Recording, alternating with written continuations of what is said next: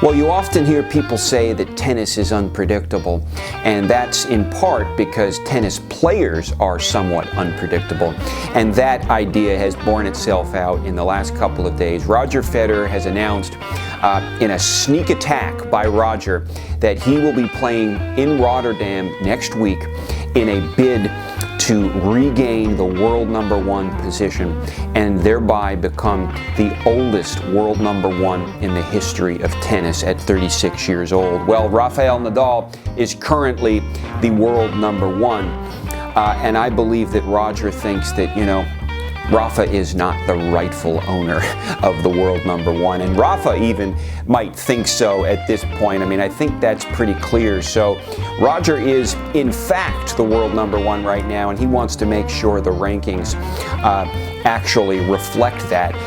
There was a lot of discussion about the world #1, the significance of it last year when Roger made his comeback, and the media started asking him whether, it was important to him to regain the world #1 position.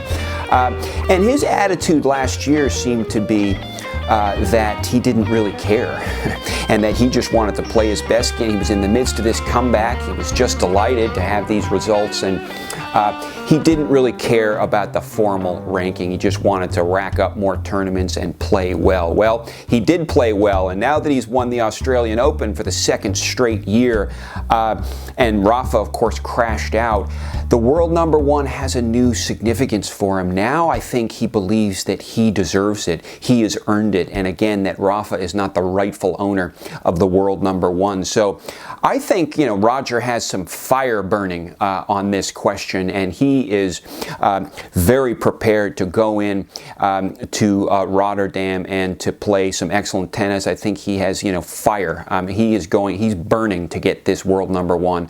There were some negotiations, apparently. There were a couple days of negotiations with Rotterdam to kind of secure this placement. He took a wild card, and now he's in the tournament. He is going to have some competition in Rotterdam without question. Dimitrov will be there. Nick Kyrgios has bowed out. I should note that Nick Kyrgios has bowed out. I believe it's an elbow thing, but he again apparently struggled a bit in his recent Davis Cup matches, and where Australia actually lost to Germany. And so Nick Kyrgios won't be there. Kyrgios has given Federer some problems on a few occasions. Federer kind of edged him at the Laver Cup last year in a pretty exciting match, in fact, which saw Federer not really playing his best, but he did ultimately edge Kyrgios out. But Kyrgios won't be in Rotterdam. It'll be Dimitrov, the world #4. Alex Zverev, again, someone we're seeing quite a bit of these days. David Goffin, Stan Wawrinka will be there. Tomas Berdych will be there. And the defending champion at Rotterdam, Tsonga, will also be there. So there will be some competition. Federer is going to have to fight. This is a real event. This is a real tournament, and he's going to have to fight. So what I want to do is just kind of break down what Roger has in mind here, why he did this. Again, kind of dig a little deeper than the superficial reasons to figure out what's going on here.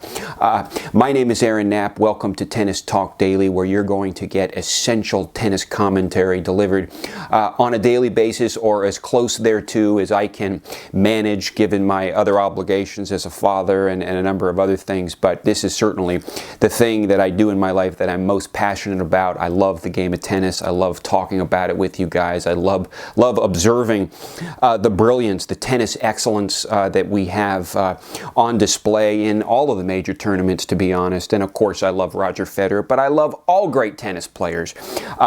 So what exactly is going on here? Why did Roger do this? I mean, last year he won the Australian, and then he waited until Dubai, which is actually the week after Rotterdam. And then he was upset early in the Dubai tournament. So why is he doing the Rotterdam? Obviously, he is going for this #1 position. He has some fire for #1 now. He didn't seem to have it last year, but now the circumstances have changed. He wants the world #1 position. So for Federer fans, we like this.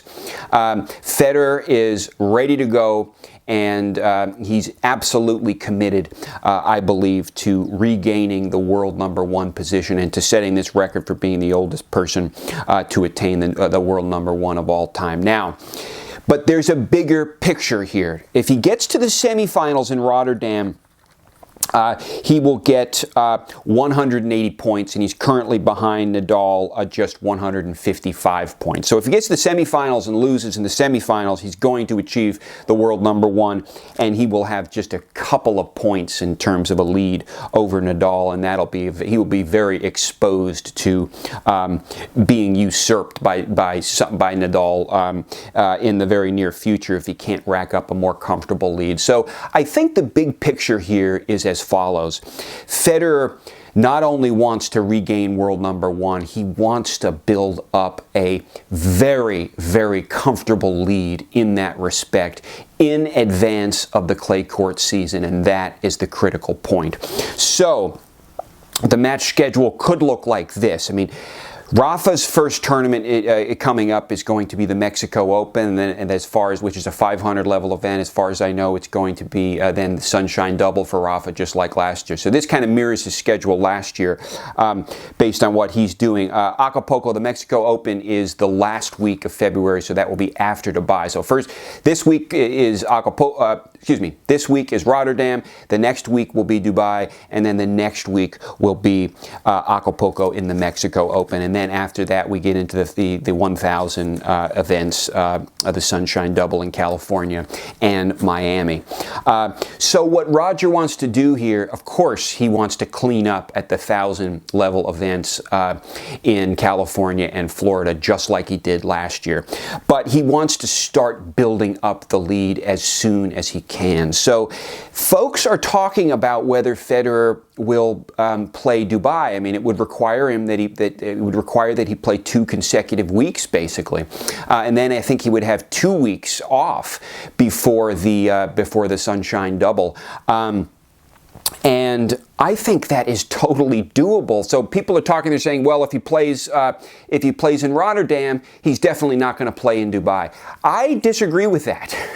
I think it's doable. Again, the Australian Open was not an exhausting experience for Roger Federer, remember? The path to victory sort of cleared up for him, and he sort of, I mean, it wasn't, well, again, not too exhausting. There was that final 5-setter, and he broke through and prevailed in that match. But it wasn't exactly a marathon. It wasn't an endurance test. It wasn't something that would wear him down. So he's got energy coming into this. I think he can do Rotterdam and Dubai no problem. And if he does that, then he's going to have a much more comfortable lead over Nadal, as Nadal goes to Acapulco and starts into the Mexico Open, which again will be the week after Dubai. And then, depending on what happens there, depending on what happens in Dubai for Federer, even if Nadal wins the Mexico Open, Federer could have a lead. So that's what makes me think that Federer will play Dubai, because he's going to need to build up a bigger lead over Nadal in advance of Acapulco in order to hold on to the #1 position, notwithstanding the possible fact that Rafa could win in Mexico. So that's what he wants to do. He wants to build up a very sizable lead, then going into California and Miami, then to get some real serious leads over Nadal and everybody else, so he has a very comfortable position going into the clay court season. Now, I've been getting some comments from people about the clay court season, because people are smart. You guys are so smart. When you argue about this GOAT question, when we go back and forth, it does kind of come back down to this clay question. Nobody can deny that Rafa dominates on clay. And, Federer has a better record than Sampras on clay. I mean, you can really attack Sampras there. He could deliver no results on clay at all. Well, Federer has struggled to do that. He does have a French Open under his belt and has had some success on clay. But the big question is whether the new Federer, the Renaissance Federer, could outdo Nadal on clay. And So that is a big question, and I do hope that Roger plays some clay court tournaments this year, whether it be the French Open or not.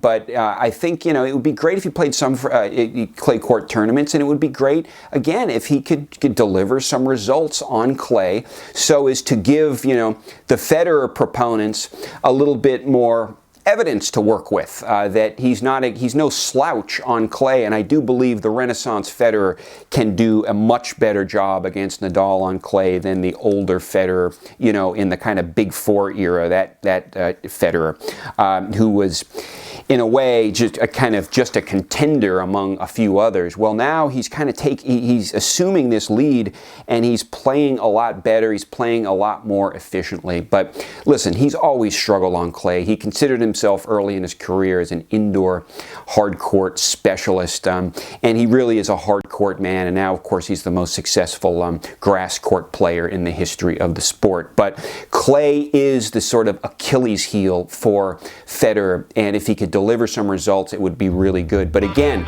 this is about much more. Rotterdam is about much more than just getting the world #1 and setting that record over Agassi as the oldest player to achieve #1. It's also about building a lead in advance of the clay court season, which could be devastating point-wise for Federer, particularly if he just decides to sit it out.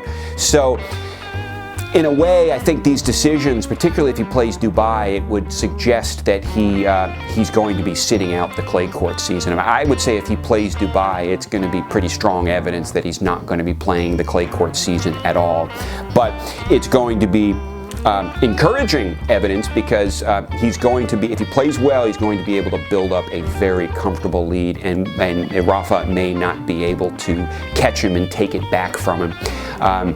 Because as Federer fans, I guess what we don't want is we don't want this kind of back and forth with the #1s. We want Roger to have it in a very solid, comfortable way. So those are my thoughts on Rotterdam. Again, I'm going to be doing live commentary on these matches, which is going to be really fun. We can watch the match together and we can comment on it. I'll be focusing probably on the Federer matches. We'll have to see how things kind of work out as the tournament progresses, but definitely next weekend I'll do some live commentary, and I'll keep you posted on the exact times. Look forward to hearing from you. I hope everyone is doing well. I'm really excited about a week of tennis that's going to be awesome, and it's going to feature Roger Federer once again. So, but again, a lot of great players are involved in this tournament, so we're going to see some fantastic matches. Make no mistake about it. All right, subscribe to the channel. Give the video a thumbs up if you like what you see in here, and I'll look forward to seeing you soon. Bye-bye.